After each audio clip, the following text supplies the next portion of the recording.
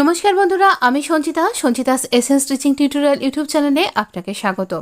আজকে আমরা এই রকম তিনখানা কুর্তির স্লিভ কি করে জয়েন করতে হয় সেটা দেখাবো। 4 রকম উপায় দেখাবো। কুর্তিটা স্টিচ করতে করতে নানা রকম ডিজাইন আপনার সাথে শেয়ার করতে করতে কি করে স্টিচ করা হয়, যারা একদম বিগিনার্স তাদের জন্য এটা একদম ঠিকঠাক একটা প্রজেক্ট।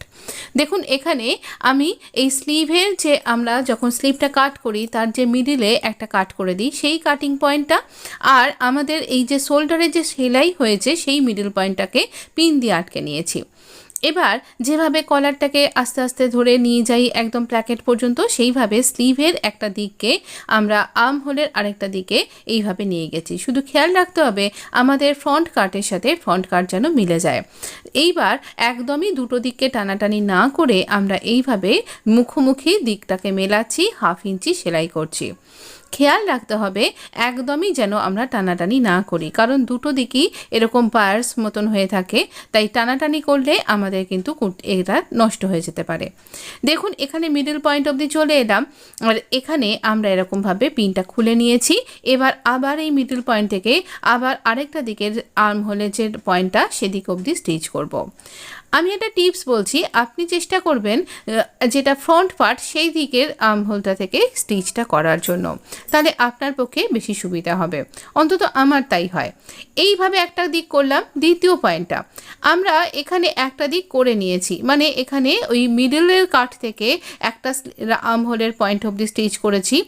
আবার আরেকটা দিকে দেখাচ্ছি, সেটা দেখুন, এই যেটা আমাদের এই শোল্ডারের পয়েন্টটা, এখান থেকে এই রকমভাবে আবার আমরা আর্ম হোলের আরেকটা দিক এইভাবে স্টিচ করব। এখানে ব্যাক পার্টটাকে আগে স্টিচ করেছি আর ফ্রন্ট পার্টটাকে পরে স্টিচ করছি, মানে এক্ষেত্রে উল্টোটা। দেখুন, এটা প্রিন্সেস কাট কুর্তি, আমি এর আগে দেখিয়েছিলাম। তো এখানে সব কিছুরই এরকম টুকরো টুকরো করে ক্লিপিংস আমি এভাবে রেডি করে রেখে দিয়েছিলাম ফাইলে, সেটাই আজকে একসাথে আপনার সাথে শেয়ার করছি। এরকম যারা খুব বিগিনার্স, যারা একদম সেলাই শিখছেন, তাদের এবার ডবল স্টিচ করতে ভুলবেন না, বা পিকো করবেন। পিকো তো অবশ্যই করবেন, কিন্তু ডবল স্টিচও করবেন। এইটা ফ্রন্ট স্লিট একটা আমব্রেলা কাট কুর্তি, সামনে একটা স্লিট রয়েছে, এখানে পাফ স্লিভ তৈরি করেছিলাম। এবার পাফ স্লিভ কি করে তৈরি করব, 3 নম্বর প্রসেসে। এখানে শোল্ডারটা আমরা এইরকমভাবে ইনভিজিবলভাবে আমরা স্টিচ করেছি একটা লাইনিংয়ের, এখানে লাইনিং কুর্তি ছিল বলে সেই জন্য। এবার এখানেও আমরা দুটো কাট তৈরি করেছি। তো আমাদের এই শোল্ডারের সেলাইটা আর আমাদের এই স্লিভের কাটটা, এই দুটো পয়েন্টকে পিন দিয়ে আটকে নিয়েছি। আর এইভাবে আস্তে আস্তে আমরা এই মেলাতে ফ্যাব্রিকটাকে এইরকমভাবে দুটো ফ্যাব্রিককে মিলিয়ে একদম আরেকটা আমরা একদম পয়েন্টে চলে এসেছি, মানে আর্ম রাউন্ডের পয়েন্টে।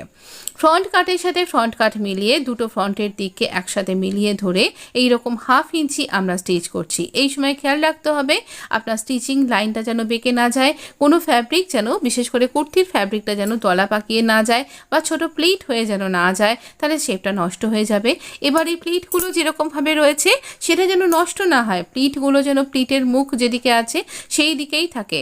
তারপর আমরা এই প্লিটের সেলাই করবার যে স্টিচটা, সেইভাবে পাফ স্লিভের ওপর দিয়ে আমরা এখানে স্টিচ করব।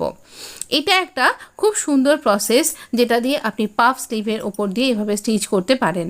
এইরকমভাবেও সহজে কিন্তু বিগিনার্সরা স্লিভকে জয়েন করতে পারবেন। দেখুন, আমরা আরেকটা দিকে চলে এসেছি।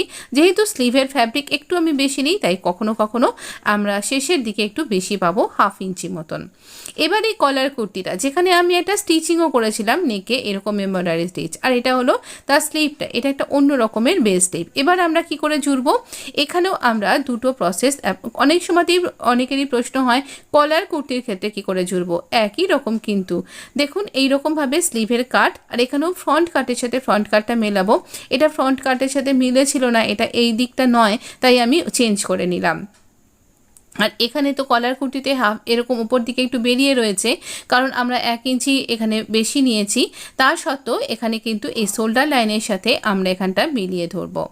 এইরকমভাবে শোল্ডার লাইনের সাথে মিলিয়ে ধরে আমরা এখানটাতে পিন দিয়ে আটকে নেব, পাছে আমাদের সরে নড়ে না যায়। তাই কনফার্ম যেভাবে আমরা কলার স্টিচ করি, যেভাবে আমরা পিন দিয়ে আটকাই, আর কলার স্টিচ করার সময়তে যেমন আমরা শোল্ডারের সেলাইটা দুটো দিকে স্প্রেড করে দিই, ঠিক সেইভাবে এভাবে পিন দিয়ে আটকে নেব সরিয়ে দিয়ে। আর এই রকমভাবে মেলাতে মেলাতে একদম সামনে ও পর্যন্ত চলে আসব। এখানেও ফ্রন্ট কাটের সাথে ফ্রন্ট কাট যেভাবে মেলালাম এভাবেই কিন্তু প্রত্যেকটাতেই মিলিয়ে স্টিচ করতে হবে। তো এইবার এরকম সমানভাবে ধরবো, 1/2 ইঞ্চি সেলাইয়ের মধ্যে নেব এবং এই রকমভাবে মিলিয়ে মিলিয়ে আমরা স্টিচ করব।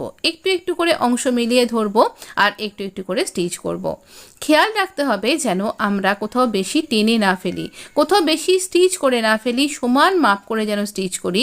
আর কোথাও যেন ফ্যাব্রিক দলা পাকিয়ে না যায়, জড়ো হয়ে না যায়, প্লিট হয়ে না যায়, এই সমস্ত দিকগুলো খেয়াল রাখতে হবে।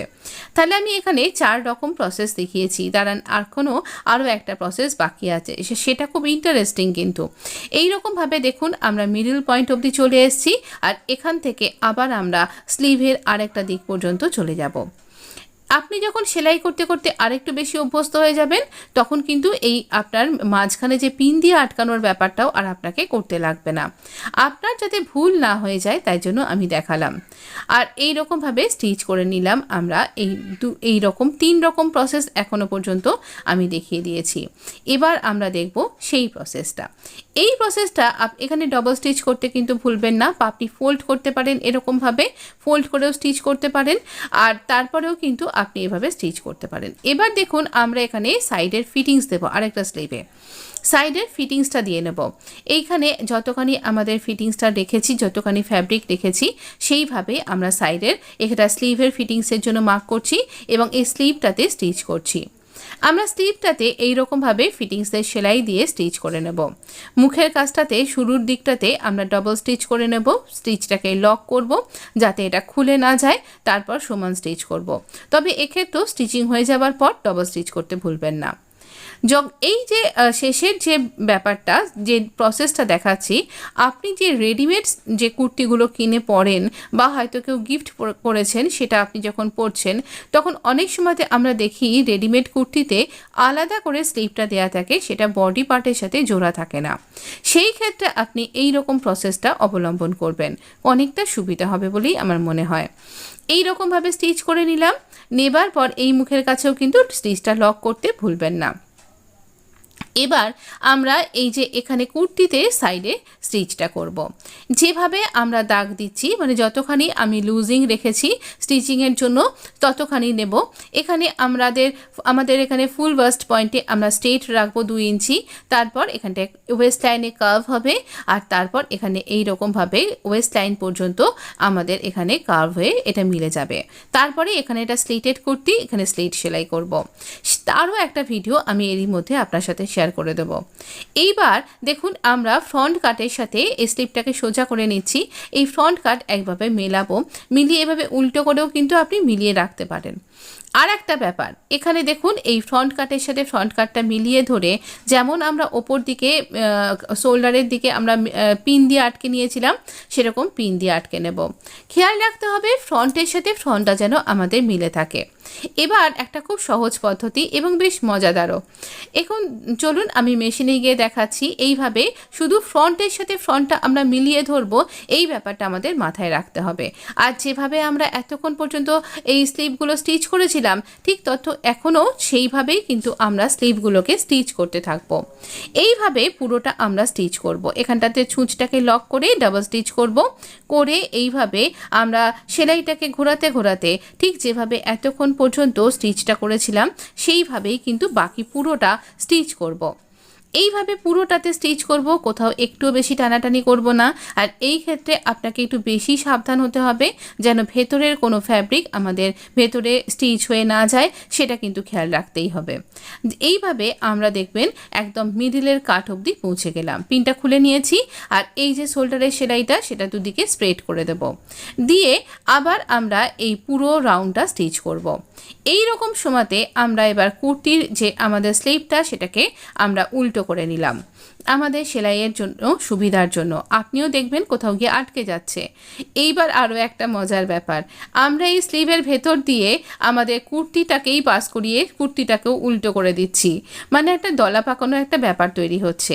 কিন্তু সব কিছুর মধ্যে আমাদের খেয়াল রাখতে হবে যেন এই রকম আমাদের যে স্টিচিং যে লাইনটা সেটা দুটো সোজা দিক মুখোমুখি থাকবে, কোথাও কোনো এক্সট্রা ফ্যাব্রিক জুড়ে যাবে না, অথচ এই রকমভাবে আমরা স্টিচ করব। আমরা এই রকমভাবে একটা সুন্দর করে স্টিচ করব, অথচ আমাদের ভেতর দিকে পুরো কুর্তিটা কিন্তু ঢুকে আছে দুটো স্লিভ সহ। এইভাবে একদম এন্ড পর্যন্ত স্টিচকে লক করব। এবার এর ভেতর থেকে, হাতার ভেতর থেকে পুরো কুর্তিটাকে টেনে বার করে ফেললাম, দেখতে পাচ্ছেন তো। এইভাবেও কিন্তু আপনি রেডিমেড কুর্তিকে স্টিচ করতে পারেন, হাতা লাগাতে পারেন। এই প্রসেসগুলোর মধ্যে কোনটা বেশি ভালো লাগলো আর কোনটা বেশি দরকারি সেটা আমাকে কমেন্ট বক্সে প্লিজ লিখে জানান। আপনারা কমেন্ট করেন না কেন? কমিউনিটিতে আমি কত কিছু পোস্ট করি, প্লিজ কমেন্ট করতে ভুলবেন না। ভালো থাকবেন, সুস্থ থাকবেন।